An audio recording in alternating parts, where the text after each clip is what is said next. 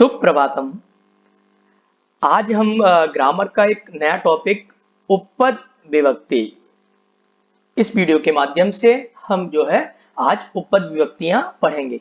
तो उपपद विभक्ति जो एक टॉपिक है, ये एक तरीके से जब ये टॉपिक एक इतना महत्वपूर्ण टॉपिक है ग्रामर की दृष्टि से, अगर ये टॉपिक हमारा क्लियर हो जाता है तो हमें अनुवाद बनाने में, शब्द रूप को फिल करने में बहुत ज्यादा आसानी हो जाती है। अर्थात उपपद विभक्तियां जो है इस टॉपिक से जो है हमारे कई सारे टॉपिक और जो है हल हो जाते हैं उपपद विभक्तियां आने के बाद। तो आइए स्टार्ट करते हैं उपपद विभक्ति। तो उपपद विभक्ति के विषय में मैं आपको एक बात बताऊंगा कि उपपद और कारक विभक्ति दो तरह की विभक्तियां होती हैं संस्कृत में। तो सबसे पहले उपपद विभक्ति और फिर कारक विभक्ति। तो इन दोनों में जो है अंतर क्या है, डिफरेंस क्या है? तो उपपद विभक्ति जो होती है वो पर्टिकुलर शब्द के साथ एक विभक्ति का प्रयोग होता है।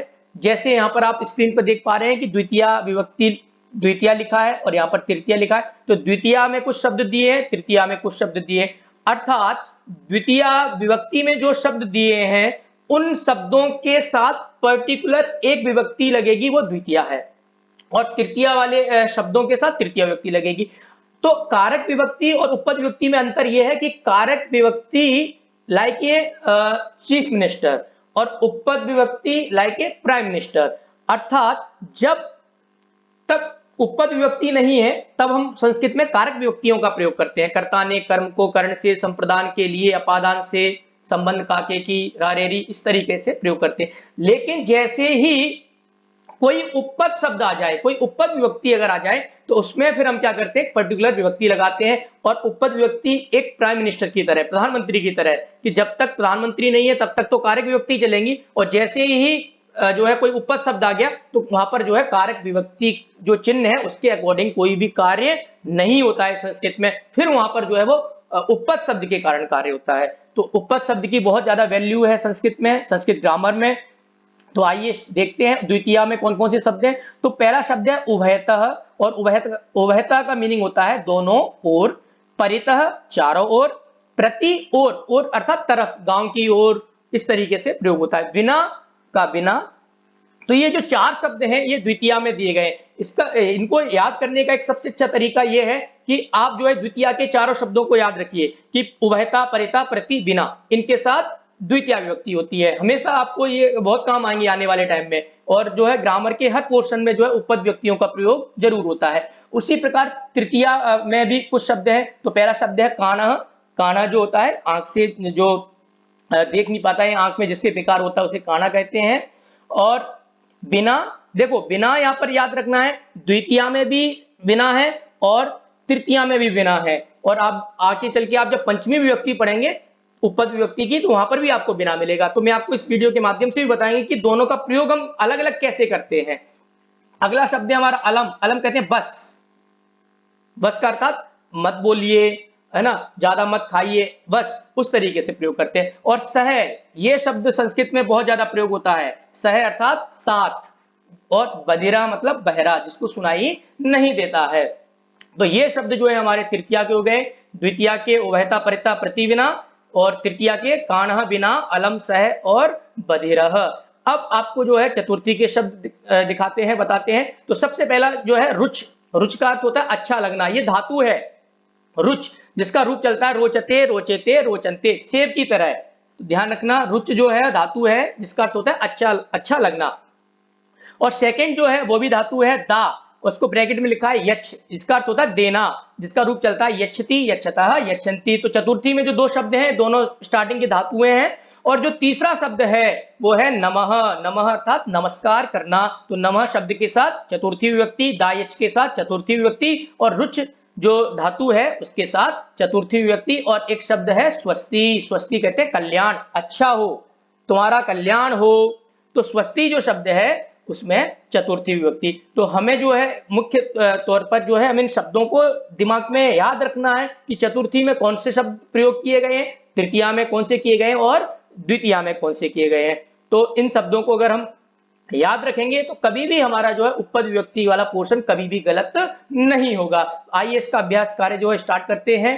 तो सबसे पहला आप स्क्रीन पर देख पा रहे हैं, उद्यानम उभयतः पुष्पाणि सन्ति। तो अंडरलाइन शब्द है, रेखांकित शब्द है, तो इसमें आपसे प्रश्न पूछा जाएगा कि जो रेखांकित शब्द है उसमें कौन सी विभक्ति है और उसमें क्या कारण है। तो इसमें जो है 1 नंबर का एक क्वेश्चन होता है, आधे आधे नंबर का। आधा नंबर आपका होता है जो रेखांकित शब्द है, अंडरलाइन वर्ड है, उसमें विभक्ति बतानी है, और आधा नंबर होता है आपका उसमें जो विभक्ति लगी है उसका क्या कारण है। तो आधा कारण का और आधा आपका विभक्ति का।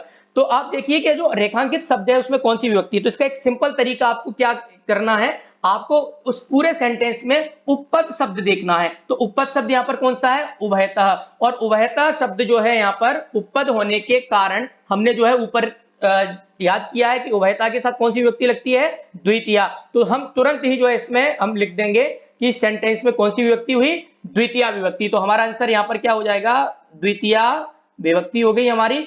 और कारण जब लिखेंगे तो कारण क्या है, उभयता, क्योंकि उभयता जो है एक उपपद शब्द है जिसके साथ द्वितीया विभक्ति का प्रयोग होता है। तो द्वितीया विभक्ति हो गई और उभयतः कारण हो गया।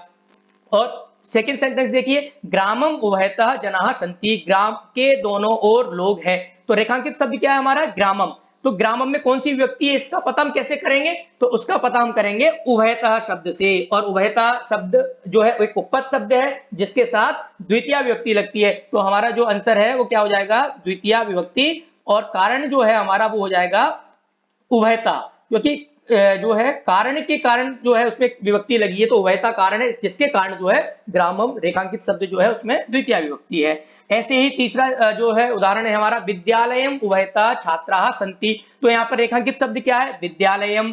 तो विद्यालय में कौन सी विभक्ति है, तो उसके लिए हमने फिर देखा यहाँ पर जो उपपद शब्द गिवन है वो है उभयता, और उभयता के साथ द्वितीया विभक्ति होती है। तो हमने यहाँ पर क्या लिख दिया, द्वितीया विभक्ति, और कारण में क्या लिख देंगे, उभयता। तो कारण जो है हमारा यहाँ पर उभयता कारण हो गया है और विभक्ति जो है वो द्वितीय विभक्ति हो गई है। तो हमें जो है रेखांकित शब्द में ये बताना है कि उसमें कौन सी विभक्ति है, और उस विभक्ति के लिए हमें क्या करना पड़ेगा, उस सेंटेंस में जो है उपपद शब्द देखना पड़ेगा, क्या उपपद शब्द है। और उपपद शब्द जो है हमें याद करने पड़ेंगे। द्वितीया में कौन कौन से हैं, उभयता, परिता, प्रति, विना। तृतीया में काणा, विना, अलम, सह, बदिरा। और चतुर्थी में रुच, दा, नम, नमः और स्वस्ति। जब ये उपपद शब्द हमें याद होंगे तो हमारा जो है इतना आसान हो जाएगा हमें जो है अभ्यास कार्य इसका करना, कि बस हमें उपपद शब्द देखना है। जैसे फोर्थ सेंटेंस क्या है हमारा, उद्यानम परितः छात्राः सन्ति। तो यहाँ पर रेखांकित शब्द उद्यानम है, लेकिन उद्यानम में कौन सी विभक्ति है ये हमें कहां से पता चलेगा, परितः से। परितः जो एक उपपद शब्द है जिसके साथ द्वितीय विभक्ति का प्रयोग होता है। तो हम यहाँ पर तुरंत जो है अपना आंसर लिख देंगे द्वितीय विभक्ति। और जो उसमें कारण क्या है, तो कारण हमारा हो गया परितः। तो कारण में हमारा जो है आंसर आ जाएगा परितः, परितः युगे द्वितीय विभक्ति।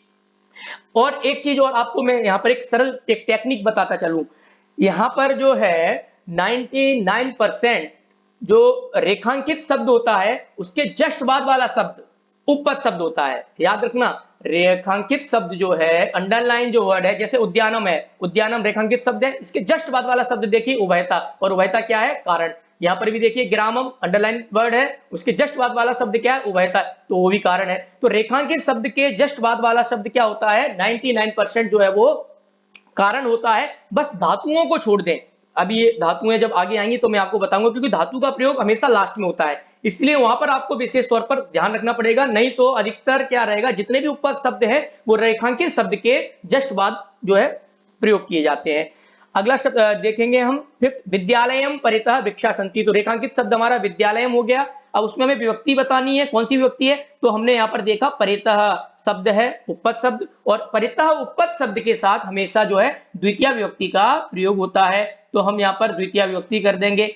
और कारण में क्या लिख देंगे, परितः, क्योंकि परितः के कारण ही जो है विद्यालय में द्वितीय विभक्ति का प्रयोग हुआ है। बहुत ही सरल टॉपिक है, लेकिन कब, जब आपको उपपद शब्द जो है याद हो जाए, आप जब उन उपपद शब्दों को स्मरण कर लेंगे तो ये जो है उपपद विभक्ति जो टॉपिक है आपको बहुत ही आसान लगने लगेगा। और जो है अब देखिए नेक्स्ट सेंटेंस हमारा है, ग्रामम परितः छात्राः क्रीडन्ति। तो रेखांकित शब्द है माम। अब माम में हमें विभक्ति बतानी है, कौन सी विभक्ति है, तो विभक्ति को हम कैसे पता करेंगे, उसके जस्ट बाद वाला जो परितः उपपद जो शब्द है, और परितः उपपद शब्द के साथ हमेशा कौन सी विभक्ति का प्रयोग होता है, तो द्वितीय विभक्ति का प्रयोग होता है। तो हमारा क्या आंसर हो जाएगा, द्वितीय विभक्ति, और जो इसमें कारण है उस कारण में हम लिख देंगे परितः। तो परितः योगे द्वितीय विभक्ति। ऐसे ही नेक्स्ट सेंटेंस है हमारा, अहम गृहम प्रति गच्छामि, मैं घर की ओर जाता हूं। अब देखिए रेखांकित शब्द जो है, अंडरलाइन वर्ड क्या है, गृहम। तो गृहम में हमें विभक्ति बतानी है, तो विभक्ति कौन सी है उसके लिए हम कैसे पता करेंगे, तो हमने देखा यहाँ पर पूरे सेंटेंस में एक प्रति उपपद शब्द है, और प्रति उपपद शब्द के साथ हमेशा याद रखना द्वितीय विभक्ति का प्रयोग होता है। तो द्वितीय विभक्ति हो गई, और कारण में हम क्या लिख देंगे, प्रति। देखिए रेखांकित शब्द के जस्ट बाद वाला शब्द है, मैंने आपको बताया है कि मोस्टली 99% रेखांकित शब्द के जस्ट वाला शब्द जो होता है वो कारण होता है। अगला सेंटेंस देखते हैं, ते मंदिरम प्रति गच्छन्ति, तो रेखांकित शब्द मंदिरम है, मंदिरम के जस्ट बाद वाला शब्द क्या है, प्रति। प्रति उपपद शब्द है जिसके साथ द्वितीय विभक्ति का प्रयोग होता है, तो द्वितीय विभक्ति हो गई, और कारण में क्या लिखेंगे हम, प्रति। तो प्रति हमारा जो है यहाँ पर कारण हो गया है। अगला सेंटेंस देखते हैं, बालकः पुस्तकालयम प्रति कदा गमिष्यति, रेखांकित शब्द क्या है, पुस्तकालयम। पुस्तकालय में कौन सी विभक्ति है, इसका पता हम कैसे करेंगे, तो रेखांकित शब्द के जस्ट बाद वाला शब्द है प्रति, और प्रति एक उपपद शब्द है जिसके साथ द्वितीय विभक्ति का प्रयोग होता है। तो द्वितीय विभक्ति हो गई, और कारण में हम लिख देंगे यहाँ पर प्रति, क्योंकि रेखांकित शब्द के जस्ट बाद वाला शब्द क्या है, प्रति। तो प्रति हमारा यहाँ पर कारण हो गया।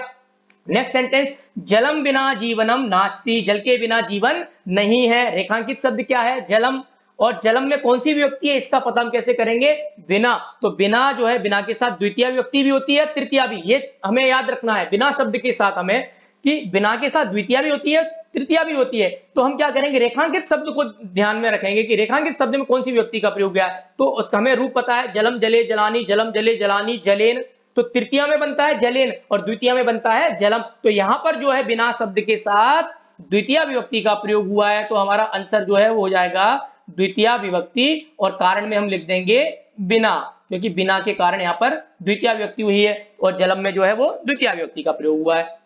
अगला सेंटेंस है हमारा, रामः पुस्तकम बिना विद्यालयम न गच्छति, तो रेखांकित शब्द बिना हो गया, पुस्तकम हो गया, और रेखांकित शब्द के जस्ट बाद वाला शब्द हमारा जो है वो उपपद शब्द है बिना, जिसके साथ द्वितीय विभक्ति और तृतीय दोनों लगती है। तो हमने देखा पुस्तकम, पुस्तकम यहाँ पर द्वितीय विभक्ति का शब्द है, तो द्वितीय विभक्ति, और कारण में हम लिख देंगे बिना। नेक्स्ट सेंटेंस है हमारा, विद्याम बिना सुखम न अस्ति, तो विद्या के बिना जो है सुख नहीं है।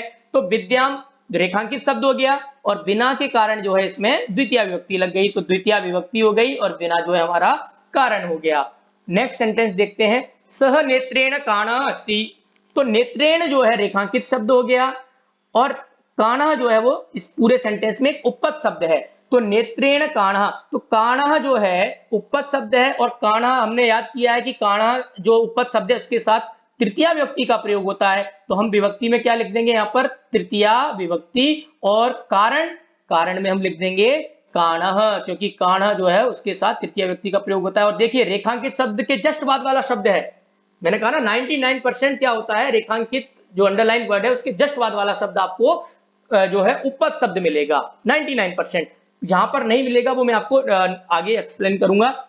नेक्स्ट सेंटेंस देखते हैं हम, बालिका नेत्रेण काणा अस्ति, तो बालिका नेत्रेण, नेत्रेण रेखांकित शब्द हो गया हमारा, और जस्ट बाद वाला शब्द है काणा, तो काणा एक उपपद शब्द है जिसके साथ तृतीय विभक्ति होती है, तो विभक्ति में हम तृतीय लिख देंगे, और जो है कारण में जो उपपद शब्द है जिसके कारण तृतीय विभक्ति हुई है, तो वो शब्द क्या है, काणः, तो यहाँ पर जो है काणा हो गया। अब देखिए यहाँ पर जो है विशेष तौर पर आपको ध्यान रखना है, क्योंकि नेक्स्ट जो हमारा शब्द है वो है बिना, क्योंकि बिना के साथ द्वितीय भी होती है और तृतीय भी होती है। तो हम कैसे पता करेंगे कि इसमें द्वितीय का प्रयोग करें, प्रयोग हुआ है या तृतीय का प्रयोग हुआ है। तो देखिए भोजनेन विना शक्ति न आगच्छति, तो अंडरलाइन शब्द है भोजनेन, और उसके जस्ट वाला शब्द है बिना, तो बिना के साथ द्वितीय भी होती है और तृतीय भी होती है। तो बिना वाले जो उपपद शब्द है उसके साथ हमें जो रेखांकित शब्द है, जो अंडरलाइन वर्ड है, उसमें विभक्ति का जो दी हुई है उसको हमें उसका रूप चलाना पड़ेगा। तो रूप कैसे चलाएंगे, भोजनम भोजने भोजनानी, भोजनम भोजने भोजनानी भोजनेन, तो भोजनेन जो है वो तृतीय व्यक्ति एक वचन का प्रयोग है, तो इसका मतलब जो है जो बिना के साथ यहाँ पर कौन सी विभक्ति हुई है, तृतीय विभक्ति। तो यहाँ पर हम क्या लिख देंगे, तृतीय विभक्ति, और कारण में लिख देंगे बिना। अगर यहाँ पर भोजनेन की जगह भोजनम शब्द होता, याद रखना भोजनेन, भोजनेन की जगह क्या होता, भोजनम, तो हम क्या लिख देते, बिना के साथ द्वितीय विभक्ति। याद रखना, बिना के साथ द्वितीय और तृतीया में कंफ्यूजन नहीं होना चाहिए। तो इसलिए हमें जो है रेखांकित शब्द में गिवन जो विभक्ति है उसको हमें उसका रूप चला के देखना है कि उसमें द्वितीय का प्रयोग किया गया है या तृतीया का प्रयोग किया है। ऐसे ही छात्रा कलमेन बिना विद्यालय न गच्छति, तो रेखांकित शब्द हमारा कलमेन हो गया और बाद में शब्द बिना है, बिना के साथ तृतीया विभक्ति और कारण में हम लिख देंगे बिना। ऐसे ही परिवारेण बिना सुखम न अस्ति, तो रेखांकित शब्द हमारा परिवारेण हो गया और उसमें विभक्ति कौन सी है, तो हमने देखा बिना के साथ द्वितीय और तृतीया होती है, तो परिवार का हमने रूप चला दिया, तो परिवारेण तृतीय विभक्ति एक वचन। तो इससे हमें पता चल गया कि बिना के साथ यहां पर जो है इस सेंटेंस में तृतीय विभक्ति का प्रयोग हुआ है और कारण जो है वो बिना है। अगला सेंटेंस है हमारा अलम चिंतया। तो यहां पर देखिए, यहां पर जो है रेखांकित शब्द से पहले उपपद शब्द आ गया है। अभी तक क्या हो रहा था, जितने भी हमने शब्द पढ़े थे अंडरलाइन शब्द, उसके जस्ट बाद वाला शब्द उपपद शब्द था। लेकिन यहां पर देखिए, यहां पर रेखांकित शब्द बाद में है और उपपद शब्द पहले है। तो अलम शब्द एक उपपद शब्द है जिसके साथ तृतीय विभक्ति का प्रयोग होता है। तो चिंतया में कौन सी विभक्ति हो गई, तृतीय विभक्ति हो गई। तो यहां पर हम तृतीय विभक्ति लिख देंगे और कारण में क्या लिख देंगे हम, अलम, क्योंकि अलम उपपद शब्द के साथ तृतीय विभक्ति का प्रयोग होता है। ऐसे ही अलम कोलाहलेन, तो यहां पर भी देखिए अलम शब्द जो है उपपद शब्द है और अलम शब्द के साथ हमेशा तृतीय विभक्ति का प्रयोग होता है। तो तृतीय विभक्ति हो गई। अब कारण में हम क्या लिख देंगे, अलम। तो अलम जो है हमारे यहाँ पर कारण हो गया। ऐसे ही नेक्स्ट सेंटेंस हमारा अलम मिथ्या भाषणेन। तो अलम रेखांकित शब्द, मिथ्या भाषणेन जो है रेखांकित शब्द हो गया और उसमें जो अलम शब्द है ये उपपद शब्द हो गया और अलम उपपद शब्द के साथ तृतीय विभक्ति का प्रयोग होता है। तो तृतीय विभक्ति हो गई और शब्द जो है हमारा उपपद शब्द या कारण जो है वो अलम हो गया। नेक्स्ट सेंटेंस देखते हैं, ते मया सह पठंती। ये देखना, सह शब्द का संस्कृत में बहुत प्रयोग होता है इसका, ये सेंटेंस ध्यान रखना।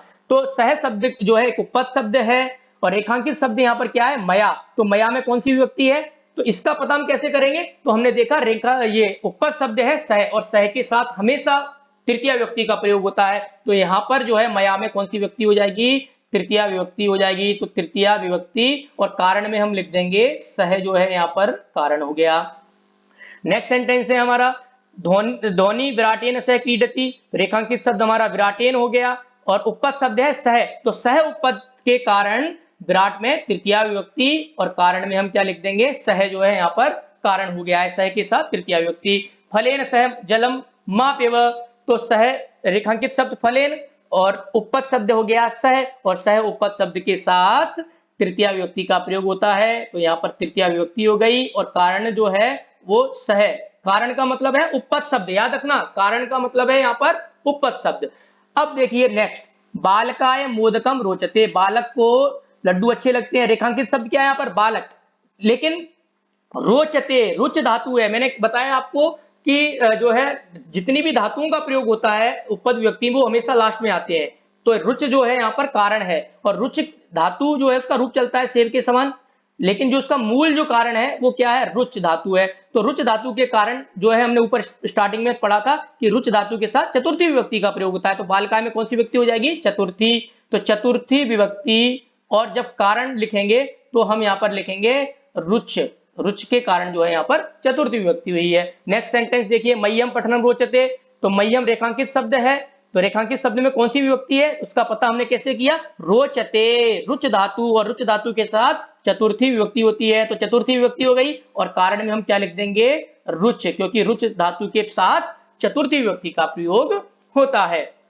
नेक्स्ट सेंटेंस है, बालिकाई पुस्तकानी रोचन्ते। अब देखिए, बालिकाई अंडरलाइन शब्द है, रेखांकित शब्द है, तो इसमें कौन सी विभक्ति है इसका पता कैसे करेंगे, रोचन्ते। रुच धातु का रूप चला है यहाँ पर, रोचते, रोचेते, रोचन्ते, बहुवचन में है। तो रुच के कारण यहाँ पर बालिकाई में चतुर्थी विभक्ति का प्रयोग हुआ है। तो आंसर हमारा क्या हो जाएगा, चतुर्थी विभक्ति और कारण में हम क्या लिख देंगे, रुच धातु, क्योंकि रुच के कारण ही जो है बालिकाई में चतुर्थी हुई है। नेक्स्ट सेंटेंस देखिए, छात्रः भिक्षुकाय दानम यच्छति। अब भिक्षुकाय जो रेखांकित शब्द है इसमें कौन सी विभक्ति है इसका पता हम कैसे करेंगे, तो यच्छति। ये देखिए यच्छ का रूप चला है, तो इसका जो मूल है वो धातु क्या है, दाय, दा यच्छ, दा को यच्छ आदेश हो जाता है और दा यच्छ के साथ चतुर्थी विभक्ति का प्रयोग होता है। तो चतुर्थी विभक्ति और जो है कारण जब हम लिखेंगे तो कारण में हम ध्यान रखना पूरा कारण में लिखेंगे दा और ब्रैकेट में लिखेंगे यच्छ, क्योंकि दा को जो है यच्छ आदेश हो जाता है। केवल दा नहीं लिखेंगे और केवल यच्छ भी नहीं लिखेंगे, दोनों मिलाकर के लिखेंगे दा और ब्रैकेट में यच्छ। नेक्स्ट सेंटेंस देखिए, माता बालकाय उपहारम दास्यति। तो माता बालक, तो बालकाय जो है रेखांकित शब्द है, अंडरलाइन शब्द है। अब बालकाय में कौन सी विभक्ति का प्रयोग हुआ है, इसीलिए हमने यहाँ पर देखा दास्यति। दायच्छ का जब रूप चलाते हैं लिट लकार में, दास्यति दास्यता दास्यन्ति, तो दास्यति के कारण बालकाय में चतुर्थी विभक्ति हुई है, तो चतुर्थी विभक्ति हो गई। और जब कारण में लिखेंगे तो हम लिखेंगे यहाँ पर दायच्छ, दायच्छ के कारण जो है बालकाय में चतुर्थी विभक्ति हो गई। ऐसे ही पिता बालिका यही पुस्तकम अयच्छत, तो बालिकाई में कौन सी विभक्ति है, चतुर्थी विभक्ति। क्यों, क्योंकि अयच्छत जो है यहाँ पर रेखांकित शब्द जो है उपपद शब्द है, तो उसके कारण जो है बालिकाई में चतुर्थी विभक्ति हो गई। आगे शब्द देखिए, शिवाय नमः। तो नमः उपपद शब्द है और नमः के साथ चतुर्थी विभक्ति का प्रयोग होता है, तो चतुर्थी विभक्ति और कारण में क्या लिख देंगे हम, नमः। जैसे आपने देखा हो नमः शिवाय, तो शिव शब्द में चतुर्थी विभक्ति क्यों हुई है, तो नमः जो है उपपद शब्द है, जिसके कारण हम बोलते हैं श्री गणेशाय नमः। तो गणेश में चतुर्थी विभक्ति क्यों हुई है, क्योंकि वहां पर जो है नम उपपद शब्द का प्रयोग हुआ है, और नमः जो उपपद शब्द का जब प्रयोग किया जाता है सब चतुर्थी विभक्ति का प्रयोग होता है। जैसे देखिए नमः लतायै, तो नमः के कारण लताई में चतुर्थी विभक्ति हो गई, नमः के कारण तस्मै में चतुर्थी विभक्ति हो गई है। अगला शब्द है स्वस्ति। तो स्वस्ति शब्द के साथ भी जो है हमेशा चतुर्थी विभक्ति का प्रयोग होता है, इसीलिए देखिए नृपाय में चतुर्थी विभक्ति का प्रयोग हुआ है, नृपाय स्वस्ति।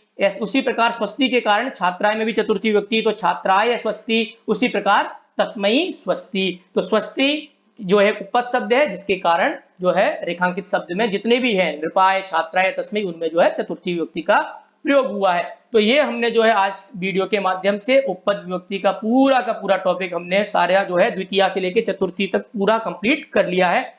तो उपपद शब्द को हमें अच्छे से याद रखना है, और द्वितीया के शब्द उभयता परिता प्रतिविना, तृतीया के काणा विना अलम सह बदिरा, और चतुर्थी के रुच दा यच्छ नमः स्वस्ति। जब आपको ये शब्द उपपद शब्द अगर याद रहेंगे तो कभी भी आपको जो है गलती नहीं होगी। आपको बस इतने ये चीज याद रखनी है कि ये पर्टिकुलर शब्द के साथ कौन सी विभक्ति होती है, या द्वितीया जो है द्वितीया के उपपद शब्द कौन से हैं, तृतीया के उपपद शब्द कौन से हैं, या चतुर्थी वाले उपपद शब्द कौन से हैं। तो हमें जब उपपद शब्द याद होंगे और उपपद शब्द के साथ वो विभक्ति याद होगी, तो हमें जो है ये टॉपिक बहुत ही आसान हो जाएगा। धन्यवाद।